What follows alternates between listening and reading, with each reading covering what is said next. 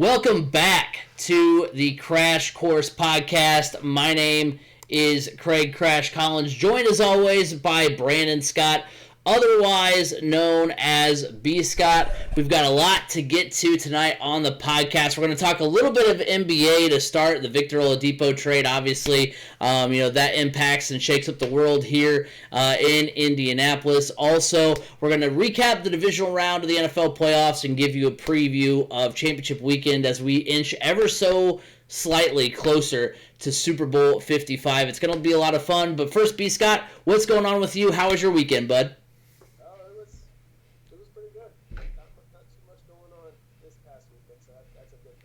Hey, it's always good to get that relaxing in. I was working myself, but got a healthy dose of, video games and football, some nice little relaxation things. But I'm ready to get back into it tonight on the podcast. We got a lot of interesting things to get to. So let's go ahead and hop right into it here. We're going to start off with a little bit of NBA conversation. We see Dan over there in the chat. Love to have you here. And glad to have everybody here watching at twitch.tv/3C Media. We're getting into some NBA conversation now. Victor Oladipo traded to the Rockets for Caris Levert and 2 second-round picks. Of course, the second of those 2 second-round picks comes over after Caris Levert fails his physical due to a mass on his kidney, so hopefully a speedy recovery is in line for him. But Oladipo, finally gets traded away, and I say finally like it was a good thing. Definitely, when you sent me the news, B. Scott, because I got it from you before I got it from anybody else. I was very shocked to see what had happened. I was kind of shaking my head because I was like, hey, we trade away Oladipo and we don't even get another big name to go along with that. We don't get anybody from, we weren't going to get anybody from the Nets, superstar, group, but, we didn't get, we talked about a couple weeks ago how maybe it could, Harden would be a good fit. And I was like, okay, well, that would be a good reason to lose Oladipo. I will be honest, I'd never heard I'd never heard of Caris Levert before. I'm not super, yeah. Mostly because he's from the Big Ten. Right. So that's true. Definitely was shocked to see it. Victor Oladipo this season, one of 3 Pacers, averaging 20 points per game. He's third in points per game on the team. The Pacers are 8-5, fourth in the Eastern Conference. They are right ahead of the Nets, so because James Harden went to the Nets, I'm sure that's going to be short-lived, that they're fourth. They'll probably drop. Well, anything's possible, and I'm hoping they don't. But that's just kind of the preliminary thought coming out of that trade would be that the Nets will overtake the Pacers as far as being in that upper echelon of the Eastern Conference. I mentioned that I hadn't heard a lot about. I hadn't heard a whole lot about Caris Levert. And looking at it here, he turns out to be quite a solid player. He's third on the Nets in scoring prior to the Harden trade. He was averaging 18.5 points per game. Prior to the trade, he had 5 straight games with 20 points or more. He is out indefinitely. I think once he comes back, this wasn't a this season move because he is on the books for 3 more years, which is really nice. Like I said, initially with this trade, I was kind of disappointed, but I've come around. I've heard from, the other, kind of the people who are more plugged into the NBA than I am. They, say a lot of good things about Levert. Levert, like I said, is locked up for 2 more seasons after this. He's the cheaper option than Oladipo because Oladipo was still on that $20 million. He was on the last year of and getting paid $21 million, so he was obviously going to want more money and try to, obviously wanted to get more out of that. He was probably going to be, asking for a lot more. And Levert was still a solid contributor for a team that had KD and Kyrie, so it's not like, he's some middling contributor on a team that's, kind of at the bottom of the barrel. He was a key contributor on a solid team. And also looking at this, kind of the last nail in the coffin for what was like, the Pacers have been able to play well without Victor Oladipo, during the course of Victor Oladipo's tenure with the Pacers. The Pacers are 48-39 without Victor Oladipo since his injury. That's a .552 winning percentage, and that is without having, like, basically just without anybody who could contribute like Oladipo could. Now you have that with Levert. So I've come around to this trade.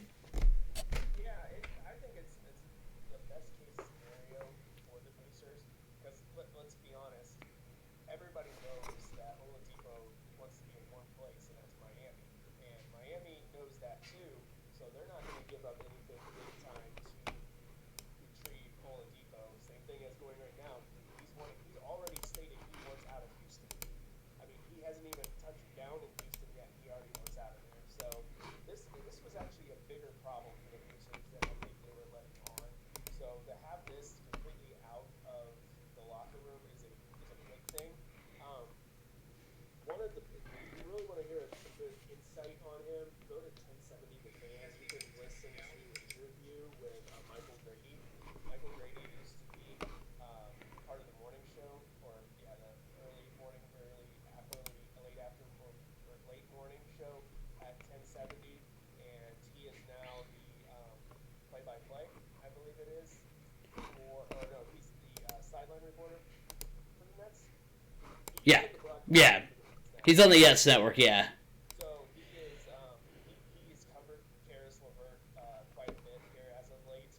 So they brought him on to talk about him, and apparently everybody loves this guy. He is a great locker room guy. He is a more athletic Victor Oladipo. He's athletic like Oladipo was prior to his injury. He is playing at an Oladipo-like level, but actually may have a higher ceiling than Oladipo because he is younger. He's younger, he's cheaper, and he's going to rush that longer than Oladipo. So this sets the Pacers up nicely for the next few years. Oh, and on top of it all, his game will excel next to Malcolm Brogdon. He's going to fit better with Brogdon's game than Oladipo ever did, and they fit pretty well. But Levert is going to fit so much better.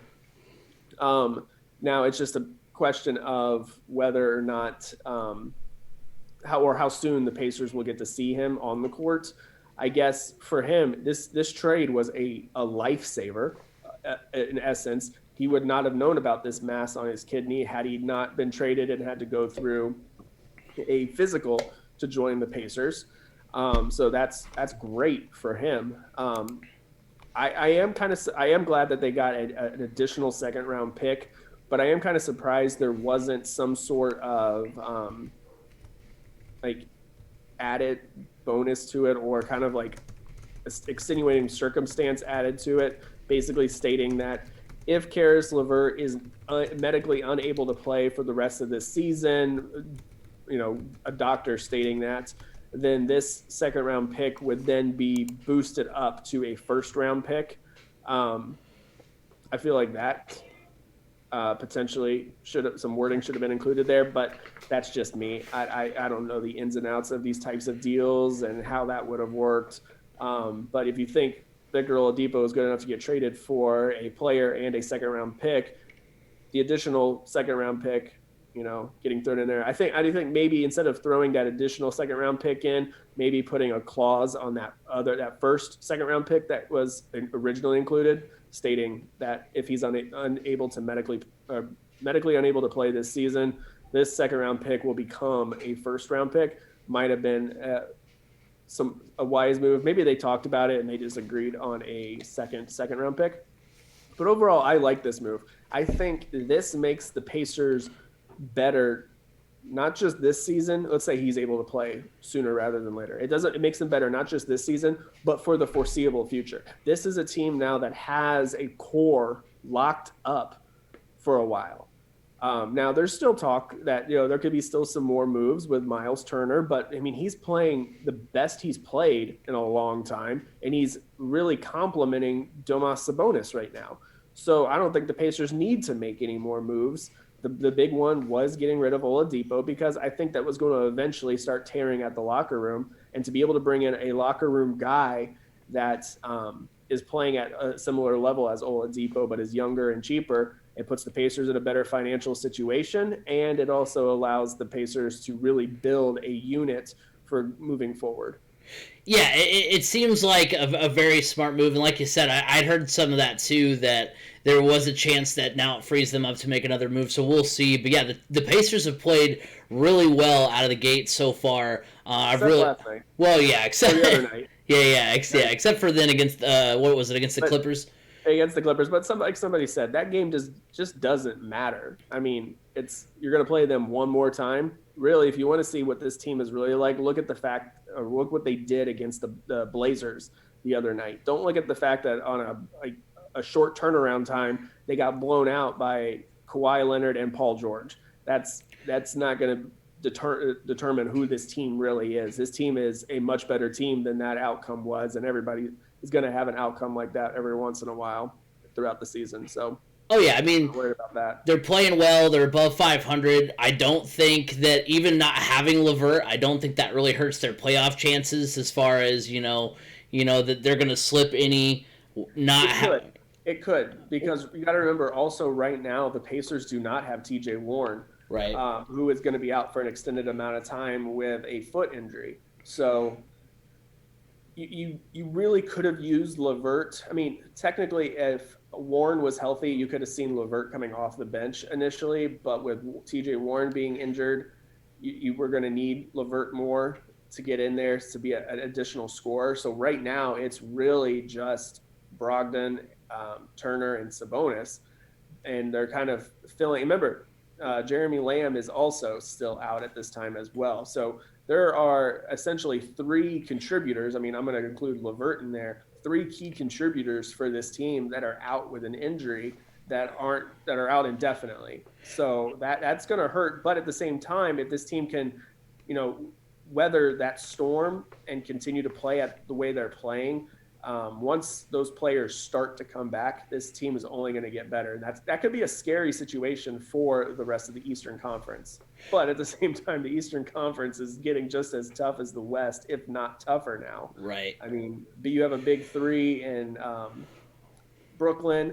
Boston is always tough. Well, and we said it at the beginning of the season that, we said at the beginning of the season that the Nets were kind of the wild card in all this, and now they've got Harden. I think this makes them even better than the Bucks. I think that puts them in. Now, I don't know, with time to get everybody, as far as as we get on throughout the season, I don't know how realistic of a shot. I mean, everybody's could still potentially go get that one seed, but just over time, I mean, the Bucks aren't going to slow down, and the Nets are already a few games behind. So I mean, it'll take the Nets playing better than the Bucks over the course of the rest of the season, which still is possible. But I mean, I think as far as just from a talent and roster standpoint, I think that now the Nets are the best team in the East.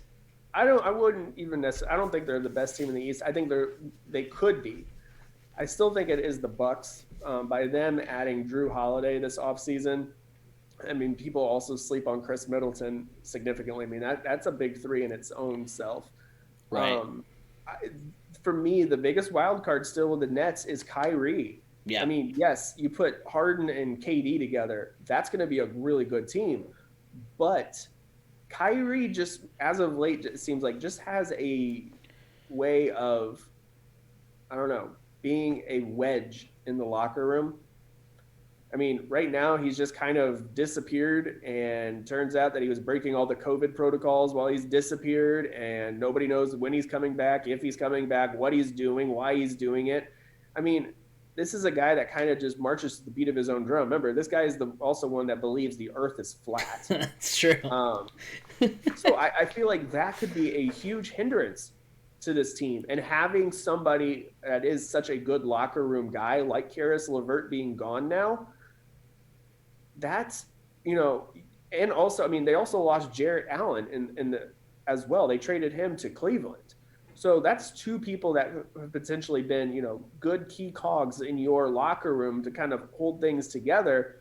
I mean, yeah, we all can say, well, yeah, KD and Harden played together in Oklahoma City. Yeah, but they played together in Oklahoma City when they were both extremely young and had zero egos. Right. KD does not have an ego. I'm not saying that one bit. KD is probably one of, in my opinion, he's the best player in the NBA and the most, I think, the player that if you have a kid that wants to look up to an NBA player, KD's that guy. I want my kid looking up to KD.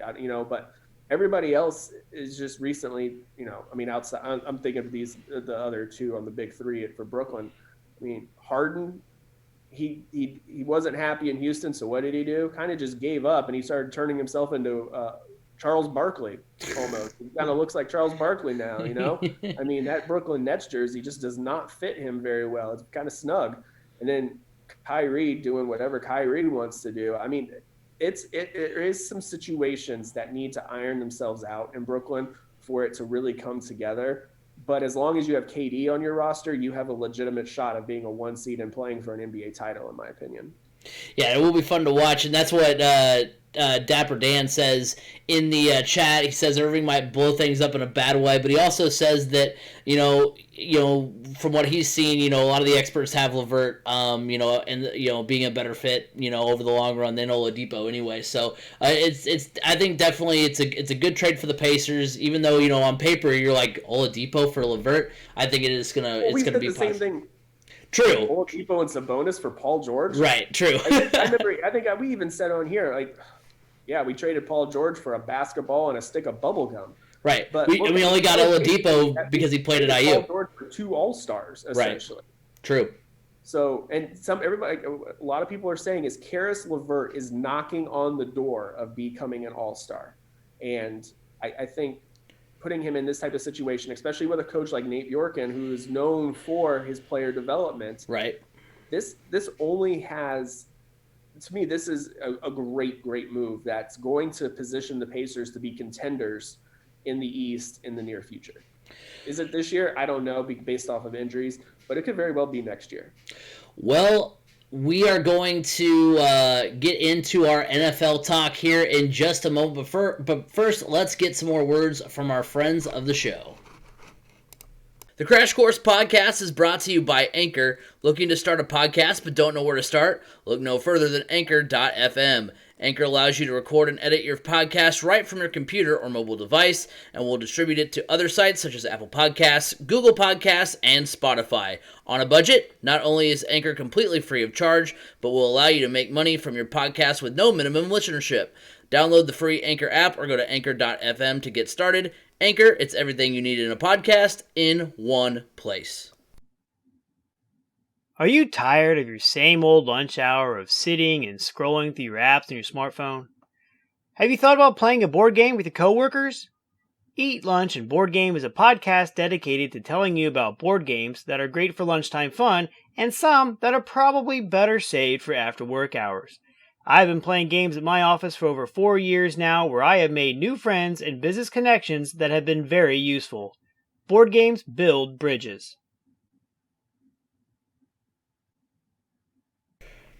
All right, so now on into the NFL playoff portion of the podcast. We're going to first kind of recap the divisional round here. Looking at this past weekend, a lot of fun games, a lot of fun moments. It first started on Saturday with the Green Bay Packers doing kind of what we expected them to do to the Rams, B. Scott. We knew that it was a better offense that the Rams defense was facing this week. The Packers got out to a big lead at one point. It was, I think, 16-3 at one point for the Packers.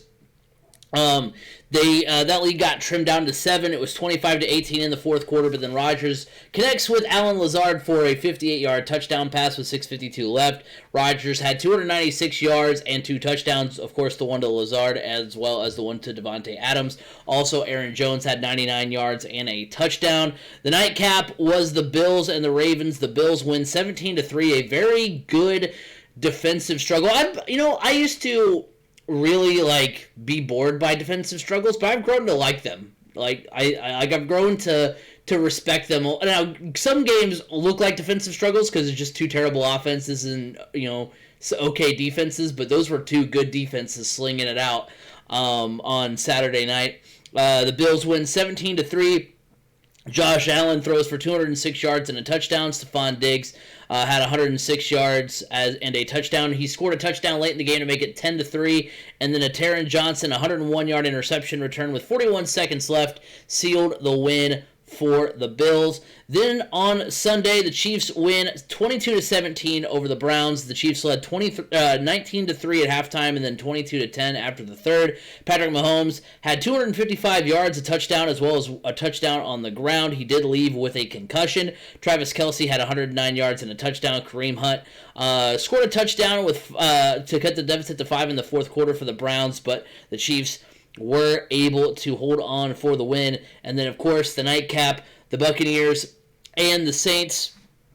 It was tied at 20 going into the fourth. Ryan Suckup hits a field goal to give Tampa Bay the lead, and then a Drew Brees interception, 1 of 3 on the night, turns into a Tom Brady touchdown run. Brady ends up with 199 yards, 2 touchdowns, 1 on the ground.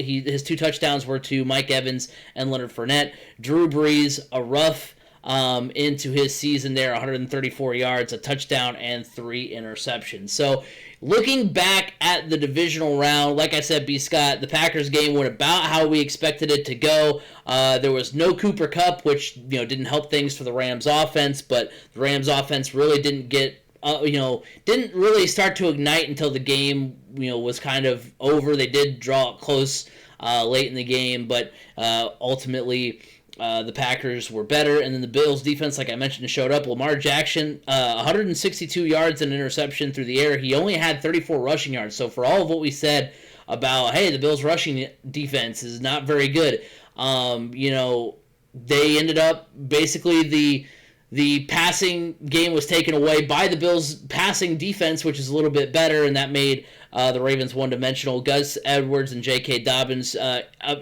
both had 42 yards on just 10 carries. But I think the biggest news of the weekend happened on Sunday because I think the Chiefs' title defense is in its greatest danger. As you can see, this is the reason for the podcast name. This week, at least on the Twitch end, Henne-Thing is possible. Chad Henne comes in relief. Henne's still playing? Yeah, so I didn't know that. I think nobody knew that. No, I knew, I had forgot that he had a whole stint of his career in Jacksonville because I knew he played for the Dolphins. Miami? Yeah, he played the Dolphins. I knew he played in Jacksonville. Yeah, but then after that, I would have been less surprised to hear Curtis Painter was the backup quarterback for the Chiefs. Yeah, to be honest, Chad Henne is let's see, he was the quarterback at Michigan. Right. Michigan and Ohio State, I think in 2005. Yes. Were battling. It was number 1 versus number 2. Winner goes to the national championship. Right. Because that's really the last time I've heard of Chad Henne legitimately playing. He was a starter in Miami for a while and occasionally with Jacksonville too. But yeah. Man. Yeah. How old is he? He's gotta be 40. When I got the notification that said that Patrick Mahomes left the game, I was like, who even is the backup? And when I finally looked it up and saw Chad Henne. Yeah, because Chase Daniel has been the backup for a while in Kansas City. But yeah, that's definitely news to me because that was the Michigan team. Chad Henne was on the Michigan team with Mike Hart. That was the team that of course lost to Appalachian State in the first week of I think the 07 season. Yeah, it's 06 or 07, one of those 2 years. It was 07 because it was under Rich Rodriguez. Yeah. No, that was the last year of Lloyd Carr because they lost because that Michigan team lost to Appalachian State, then got thrashed by Oregon because that's the Oregon team that had Dennis Dixon. That was the year Dennis Dixon had an opportunity to go win the Heisman. So yeah, that was a rough year. But yeah, Chad. I definitely did not know. I'm with you. I did not know Chad Henne was still playing. But he played a quarter and a half. He went 6 for 8, 66 yards and interception. Now, granted, he wasn't. They had a big lead. He didn't have to throw the football.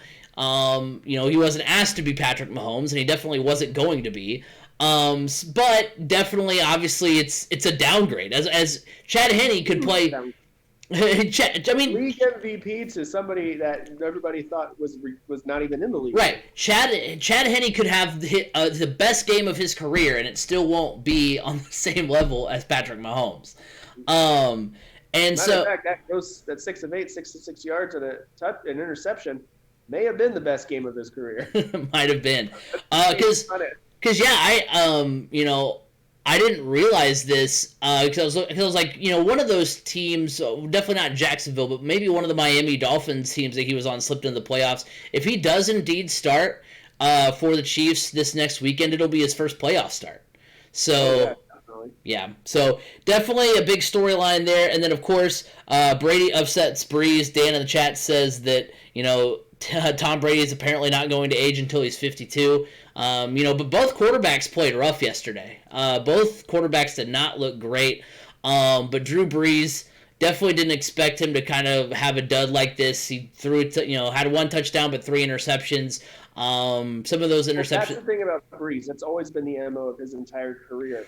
He is because he throws the ball so much. Right. Even at Purdue, when he was a Heisman candidate, I mean, the game we all remember about him is the game against Ohio State and the Holy Toledo to Seth Morales. You got to remember, he had like 4 or 5 interceptions in that game, but he also threw for like 4 or 5 touchdowns. So he has always been somebody that it throws a high rate of interceptions throughout his entire career. Right, but it just in general, Breeze did not look good at all yesterday, and so it begs the question if it is indeed his last game. But yeah, a wild weekend. Yeah, I think so too. I don't want it to be, but I think it is. He's already got a contract with. I'll go into this. We have more about this later. So. Okay, you're gonna tackle that in hot or cold? Yeah. Okay, I gotcha. But yeah, so a lot happened this weekend. A lot of things. Kind of jumped out at me, but I think the main things kind of happened on Sunday. As far as the biggest storylines heading into championship weekend. So looking at this past weekend, in the Packers and the Rams game, like we said, it's not surprising that the Packers did what they were able to do, especially in Green Bay. But with the issues with the Rams offense actually extend deeper than just not having Cooper Kupp. Apparently, Coach McVay and QB Jared Goff are not even on the same page right now. It's so bad that somebody's referencing and comparing it to a couple needing marriage counseling. They need to fix their marriage, essentially. So that's something to watch over on the off season. I don't think it's going to get to Carson Wentz or Deshaun Watson level yet, but it is something that to definitely keep an eye on. The Bills' defense showing up. That is actually surprising to me just because of the Bills' defense isn't great. It's a good defense, but it's not great. And the fact that they were able to basically keep the Baltimore offense in check, which has been playing really, really well as of late. I mean, we both picked Baltimore to win this game because of how well Baltimore has been playing. So that was kind of a bit of a surprise to me. But this Bills team is rounding into form perfectly at the right time in the playoffs. So keep an eye out on them. I'm not too concerned about Pat Mahomes' concussion. Yeah, it's something to keep an eye on. We'll go over this a little bit more in hot and cold coming up. But if he's not able to play, the game against the Bills could get ugly because it changes their offense dramatically. Chad Henne and Pat Mahomes are 2 totally different style quarterbacks. And that changes things drastically. And you don't really want to change things drastically at this point in the season, obviously. And then the Brady over Breeze upset. Like you said last week, we both picked the Saints to win this game. But like you stated, it is really, really, really hard to beat a team 3 times in any sport, except maybe baseball, because you play each other like 100 times. All right. But so I'm not too surprised that Brady ultimately came out on top. Besides, Tom Brady knows how to turn it on in the playoffs. That's one factor we left out of our picks last week, is that Brady just flips a switch. And even if he doesn't play great, he knows how to will his team to a victory in the playoffs. And that's something we all overlooked. So I nothing really truly shocking about this past weekend. I knew the Saints. I knew the Saints and the Buccaneers game was not going to be like the last time these 2 teams met on Monday Night Football, where it was a completely lopsided result with the Saints over the Bucs. I knew it was going to be closer, and it could have gone either way because this being the 3rd time and then Brady being Brady in the playoffs. So nothing too surprising, maybe other than the fact that the Baltimore offense just failed to show up. Yeah, definitely. So looking ahead now at championship weekend, Dan says in the chat, based on the teams left, he thinks the championship Super Bowl should be pretty good games. I think so as well. On the NFC side, you have the Buccaneers at the Packers, and then on the AFC side, you have the Bills at the Chiefs. Both are rematches of games earlier this season. The Buccaneers won 38-10 over the Packers earlier this season. Ronald Jones for the Buccaneers had 23 carries on 113 yards and 2 touchdowns. Aaron Rodgers 160 yards and 2 interceptions. Not a great game on the side of Aaron Rodgers there. And then the Chiefs beat the Bills. That was that weird game that got played on like Tuesday because it was originally a Thursday game. Clyde Edwards-Helaire had 26 carries, 161 yards for Kansas City. Travis Kelce had 2 touchdowns. Josh Allen 122 yards, 2 touchdowns and interceptions. Stephon Diggs 46 yards and a touchdown, but it was his second lowest yardage output of the season there for the Buffalo Bills. So that brings us into hot or cold. Before we get into that, we do want to remind you that you can follow us on Twitter at Crash Course FM, like us on Facebook, Crash Course Podcast. Remember to subscribe to the YouTube channel, Crash Course Podcast. A lot of content on the way there, so you won't want to miss that. Also, if you are on the listening side on Spotify, Apple Podcasts, Google Podcasts, you want to definitely check us out when we live record on Twitch. We've got some people in the chat. We want to interact with you guys more. Twitch.tv/3C Media. And then, of course, remember you can listen every week on Apple Podcasts, Google Podcasts, Spotify, wherever podcasts can be heard, you can hear the Crash Course Podcast. So let's go ahead and get into hot or cold. Of course, that is where we basically say a take and tell you whether or not it's a hot take or a cold take. So let's go ahead and get into this here on championship weekend. Hot or cold, Tom Brady will outperform Aaron Rodgers. I think that is a cold take. For all that we've talked about, you just brought it up, B. Scott, Tom Brady in the playoffs. For all that we know of Tom Brady being amazing in the postseason, I do think this is a cold take. Brady has faced Rodgers 3 times. Now, of course, all those Patriots-Packers matchups. The first meeting was back in 2014. Aaron Rodgers willed the Packers to victory that game. He threw for 368 yards and 2 touchdowns. Brady had 245 yards and 2 touchdowns. The second meeting came in 2018, where Brady threw for 294 yards and a touchdown. Rodgers for 259 yards and 2 touchdowns. And then the third meeting was, of course, the matchup this season. Brady had 166 yards and 2 touchdowns, and Aaron Rodgers had 160 yards and 2 interceptions. Those 2 interceptions ignited a 28-point Buccaneers second quarter. So, obviously, you can say this, I'm sure, about, a lot of games, but if you take that quarter out of the mix, I'm sure it's a very different game. I don't foresee that type of quarter happening this time around between the Buccaneers and the Packers. Rodgers had, those 2 interceptions versus the Buccaneers, and just 3 interceptions since that point, and no games with multiple interceptions since. And during that time, he's thrown 37 touchdowns. So since that game, Aaron Rodgers has been on an absolute tear through the NFL. It's at Lambeau Field. It's going, I don't know if there's, what kind of weather is planned, but it's definitely not going to be Tampa. It's not going to be Tampa Bay by any stretch of the imagination. And I just think that the Packers are on a different level this season. As much as we can talk about Tom Brady being awesome, putting it this way, the Buccaneers needed a strong fourth quarter to beat the Saints. Now, and that was in a game where, basically the Saints are rolling out 3 different quarterbacks because Drew Brees is kind of at the tail end of his run there. So, and they needed a big fourth quarter to beat them. They're going to have to play, obviously, even better to beat the Packers. I don't think that happens. I think the Packers do, or I think Aaron Rodgers does outperform Tom Brady this weekend. So, let's jump over to Ollie for the weather forecast for Sunday in Green Bay. Ollie, Family Guy, meteorologist. It's cold. It's gonna snow. Thank you, Ollie. Right now, the forecast calls for a high of 28 and snow in Green Bay. Now, remember this. You just have to remember. Tom Brady played in New England. True. Snow doesn't bother him. I mean, he's old. Well, I mean, I think he's actually found the exact fountain of youth down there in Florida.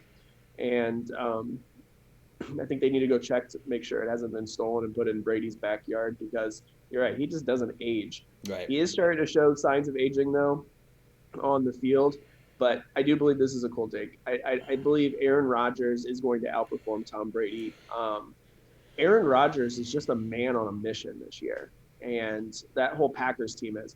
Mostly, I think Aaron Rodgers is a man on a mission because the Packers went out and drafted Jordan Love as his potential replacement. Everybody saw this coming. You draft Jordan Love as your next quarterback, Aaron Rodgers is going to come out and put you in a tough spot because he's going to have an MVP caliber year with absolutely no weapons. Guess what? That's exactly what he's doing. But this Packers team is just on a mission as well. I have more faith in Aaron Rodgers and his lack of weapons than Tom Brady and all of his weapons in this game. Watch, I'll be totally wrong. I mean, I was totally wrong about the Saints and the Buccaneers. But this is different. I mean, Drew Brees has had an up and down season, whereas Aaron Rodgers has just been playing just out of his mind. I mean, the toughest game that he's had here in the later half of the season was against the Colts. He still had a great game, and they still lost just because some of his the Colts defense was that good. But I just have a really tough time believing Tom Brady did not look good against the Saints. He did enough to get by in that game. Whereas this game, if you're looking at stat to stat, Aaron Rodgers is definitely going to outduel Tom Brady, in my opinion.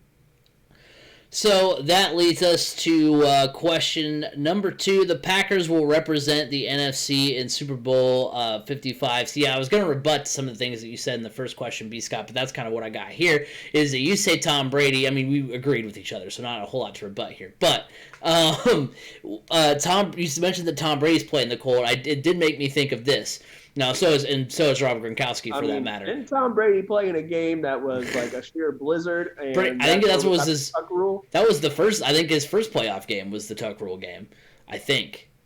I don't know. There's been so many blizzard games that he's played in New England in the playoffs. So but I'm not too concerned about those. But what I was gonna say though is that it is some of these players for the Buccaneers first like really cold game playoffs, that kind of thing. With not Rob Gronkowski. Well, that's what I said. I said Rob Gronkowski too. But but yeah, like Mike Evans played at Texas A&M, played in Tampa his whole career. Leonard Fournette played at LSU. He was in Jacksonville. He hasn't left the state of Florida. Right. Yeah. So, it's some of these players first, first times out in these elements during the playoffs where it's quite this cold. I mean, obviously, later in the year, the Buccaneers go to like Carolina, it might be like 30 or 40, but if it's, cold, snowing, that kind of thing. You got to realize 28 in Green Bay is not like 28 in Indianapolis. True. 28 in Green Bay, just plain and simple, sucks. Yeah. It's windy, it's cold, it's just,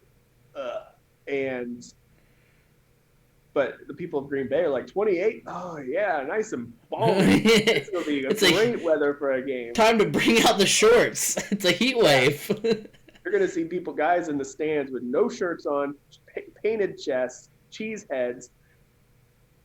Yeah. That's the way they do it in Green Bay. Yeah, for sure. So, yeah, I think the Packers, it's a hot take. They are going to win the NFC and represent the, and be the NFC representative in the Super Bowl. I think they do win this weekend, and Aaron Rodgers gets a chance at Super Bowl number 2. Yeah, I agree. This is a hot take. I think the Packers are just on a different level right now.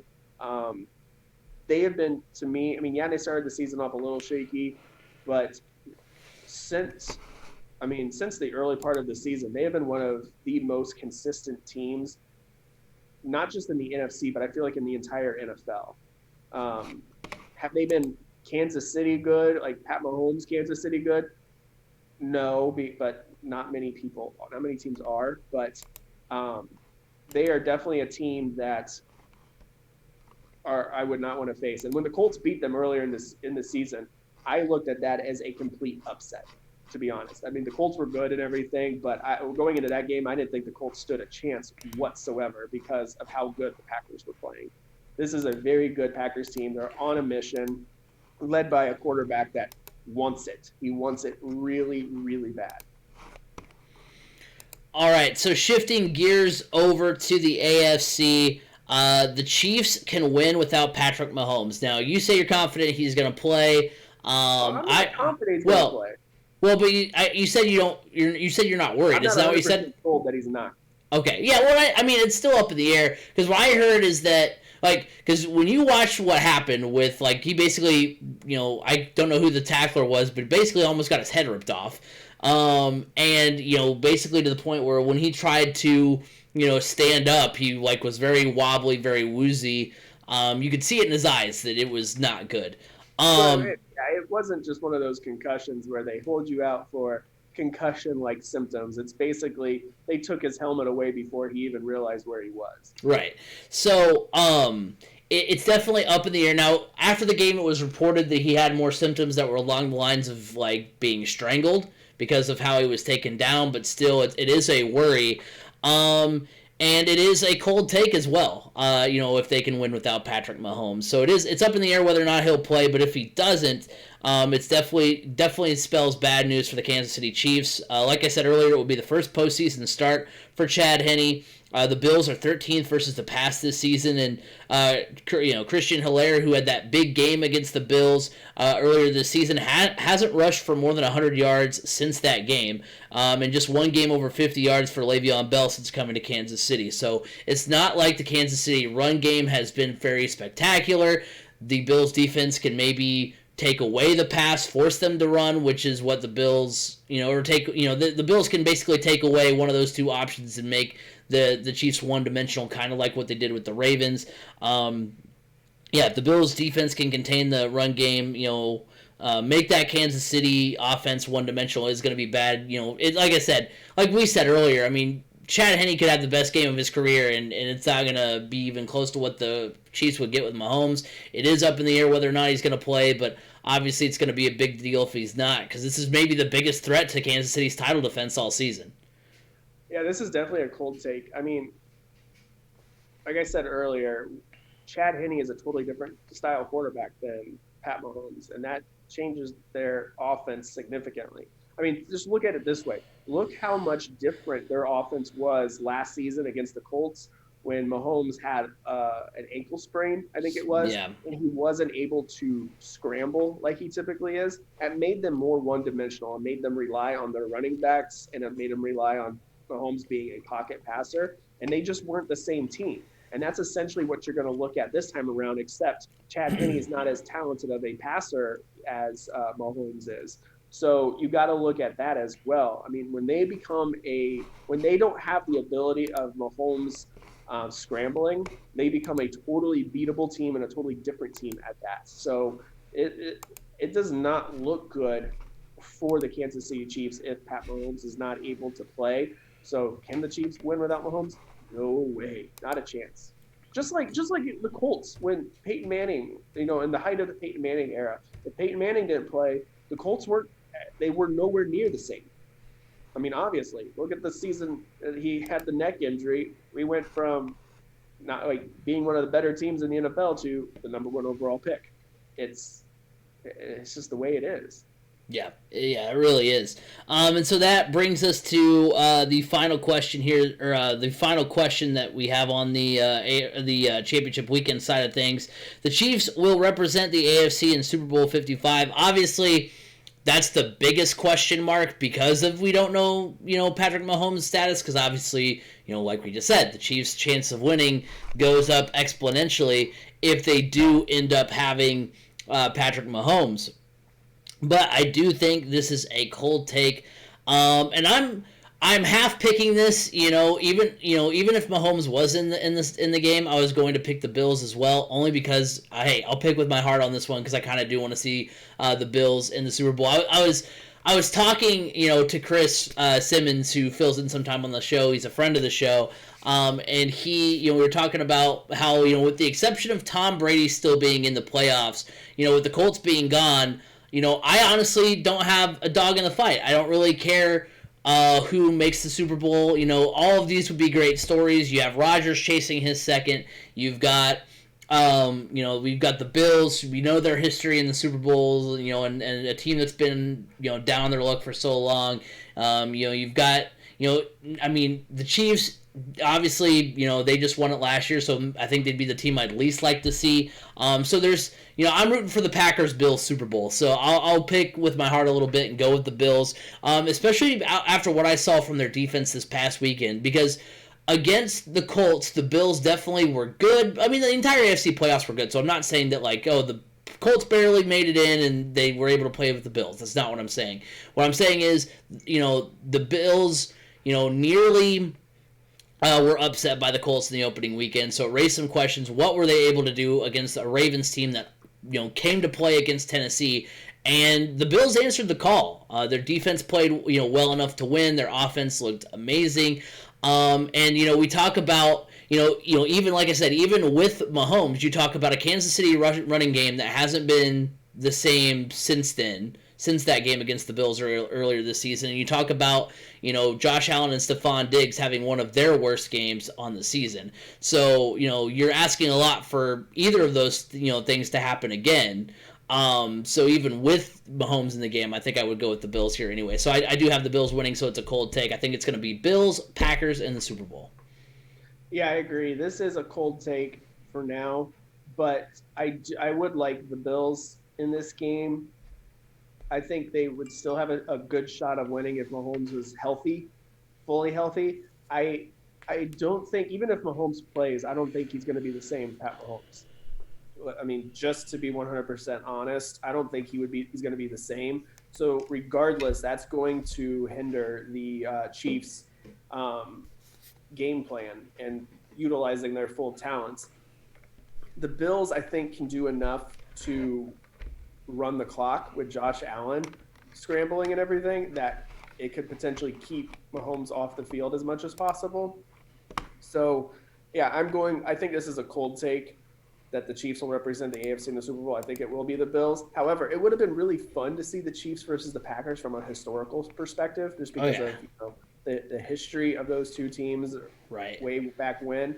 But I still think, the Bills and the Packers will be a fun one as well. Can we move that? If that game actually happens, can we move it from Tampa Bay to somewhere really cold and just let these two teams slug it out in the middle of the winter? Yeah. I think that would be an awesome game.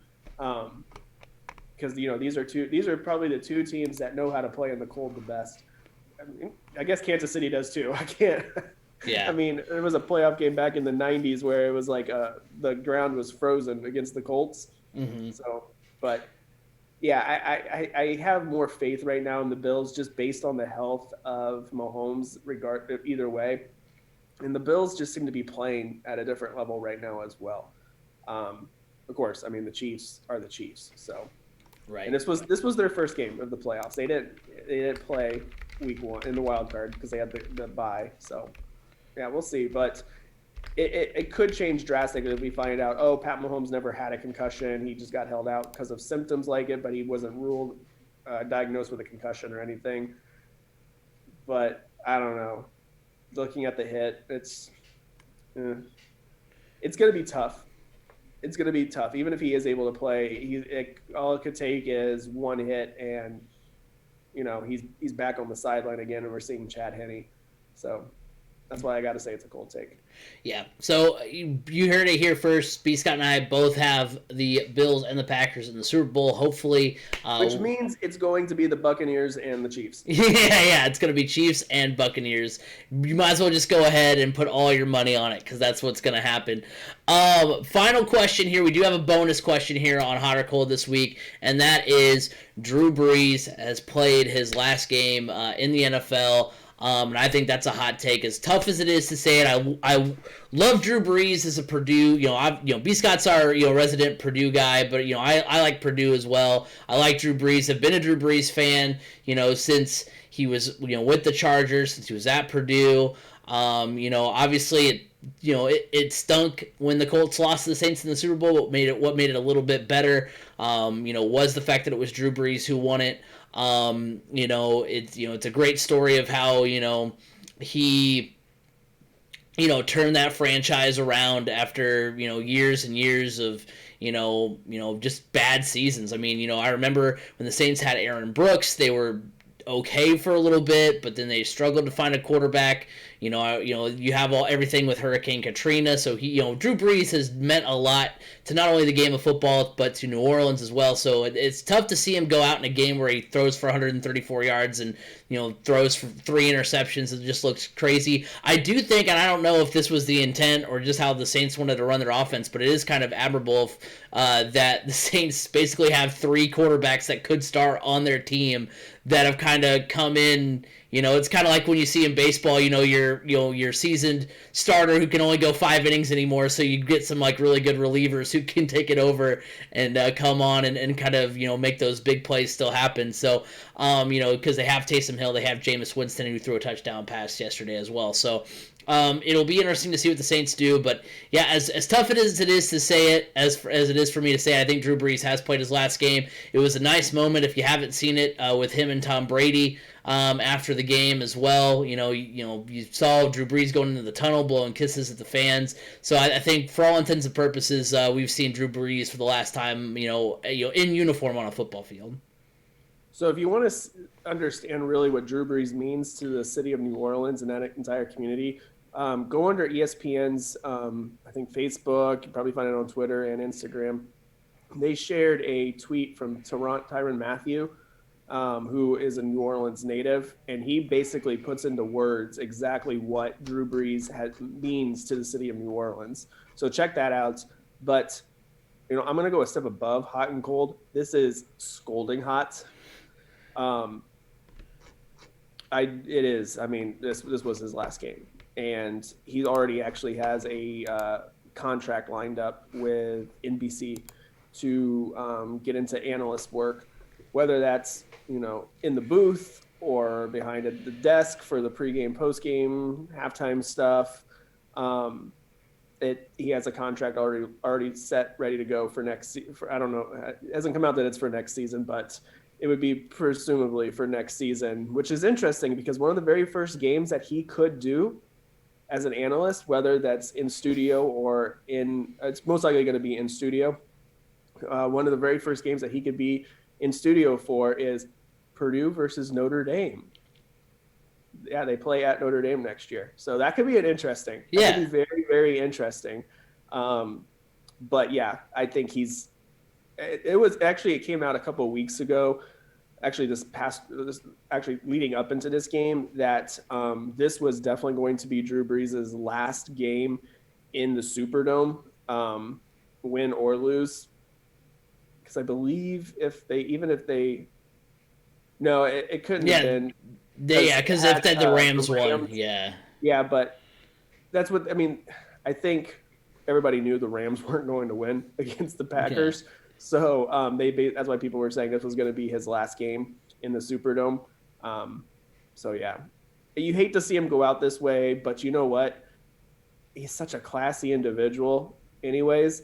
I mean, his last game at Purdue essentially was a heartbreaker in the Rose Bowl. Yeah, for Washington. So, he hasn't had the most luck of going out on a super high note, but he's one of those guys that's not going to let that hold him back or keep him down or anything. I mean, what he means to New Orleans, what he means to Purdue, what he means to the NFL. I think looking back on his career, I mean, it's interesting because I started going to Purdue football games when Drew Brees was a freshman. I mean, countless times Drew Brees, as we're sitting there, we used to tailgate right outside Tarkington Hall. For all you Purdue people that know where that is, there's a little parking lot right across the street from there, right outside Rankin Track and Field. And that was back when Purdue wasn't very good. And so we were able just to pull in there and park there almost for free and tailgate right there. We fed the cops, so they didn't really mind. But early on, Drew Brees lived in Tarkington.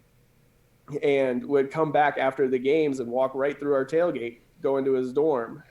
So seeing him several times, that was a really cool experience, because at that time he was just, he was still the backup. He wasn't really playing fully at the time, but it was still Drew Brees, and you didn't really know that at the time. He was just some random freshman. But watching him play at Purdue is what made me fall in love with the sport of football, especially college football. So watching his career through the NFL, if you would have told me that he would have become one of the all-time greats, not like a number of Super Bowl wins and everything, but statistically one of the all-time greats and probably a first ballot Hall of Famer, I don't know if I would have truly believed you. I would have said, well, especially after the shoulder injury, like especially after, because he was, the Chargers treated him and everything. Right. Are you serious? And then basically they tossed him to the side, and I was like, oh, that could be it, because at the time, smaller quarterbacks weren't the thing. You wanted the Peyton Mannings, the Ryan Leafs, those big guys. But he paved the way for a lot of smaller guys like Russell Wilson and everything. So what's crazy too is not only does he have the shoulder injury in San Diego, but then he also had another I can't say the word shoulder injury. My cat's making an appearance right now on the Crash Course podcast. Zoe, what do you think about Drew Brees in his final game as a New Orleans Saint? She has no comment on it. She's a big Drew Brees fan, so she's kind of holding back tears right now. Anyway, though, you have the injury that he suffered in the Pro Bowl as well with the shoulder. So, two pretty major shoulder injuries. A lot of people counted him out and then basically reinvented his career in New Orleans and turned out to be one of the greatest quarterbacks, at least of our generation. Yeah, we can even say he's better than Dan Marino because he at least got one Super Bowl. Yeah, true. Very true. Just he seemed to show up in New Orleans just at the right time for them too. During Hurricane Katrina and everything. So I don't know. He's just one of those guys that he's going to be remembered for for the stats that he put up, but he's also going to be remembered for all of his off the field stuff as well. I think he was actually probably one of the ones that made it cool to bring your kids down into the post-game celebrations. Let's be honest, that picture of him, and I think it's his son Balin. Yeah. That with the headphones on is one of the most iconic Super Bowl pictures, I think, of all time now. Oh yeah. It's right up there. So that's a picture, that I think everybody will always remember. So I'm just glad to see. It feels weird. It makes me feel really old to think that Drew Brees is now going to be retiring, and but at the same time, I also I think back when I first started going to those Purdue games when he wasn't playing yet. He was on the team. I was in 4th grade, so it's not like it's that crazy. I shouldn't feel that old, but you should feel very old. I am old. Hey, you know what? I'm going to be joining you in the big 3-0 here in about a month or so. I'm at an age now where it hurts to get out of bed in the morning. Oh, dude. And I haven't been drinking. Oh man, yeah, we are getting old, aren't we? Well, on that note, 2 Bud Lights and I'm 3 sheets to the wind nowadays. Yeah, it's tough. It's tough once you get old. If you're watching this and you're in your early 20s, enjoy it now. It's all downhill. It's all downhill. You stand up and you go, ugh. You start making. You're getting old. You start, making sounds from parts of your body you didn't even know existed. It's a whole thing. You start sounding like your parents and grandparents. You're just, oh my gosh, what is happening to me? Oh man. Well, that will do it for this week's edition of the Crash Course Podcast. Remember that you can follow us at Crash Course FM on Twitter. You can like us on Facebook, Crash Course Podcast. Remember to subscribe to the YouTube channel where you can watch us every week. Crash Course Podcast, some YouTube exclusive content in the works, so you're not going to want to miss that. Also, remember that you can watch us live on Twitch every week, twitch.tv/3C Media. media. We want to get more interaction with you guys. Thank you to everybody who participated in the chat today. Dan, the Lost Iguana, who does say the Packers are going to win it. We do agree Packers are going to be in the Super Bowl this year. It's going to be a lot of fun to watch. And remember, you can listen every week on Apple Podcasts, Google Podcasts, Spotify, wherever podcasts can be heard. You can hear the Crash Course podcast. B. Scott, before we sign off, where can they find you? You can always find me on Twitter at Brandon_Scott87.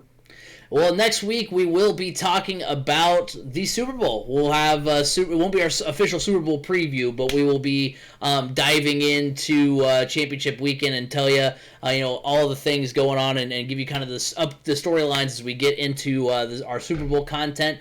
So that'll be next week. But until then, have a good week, everybody.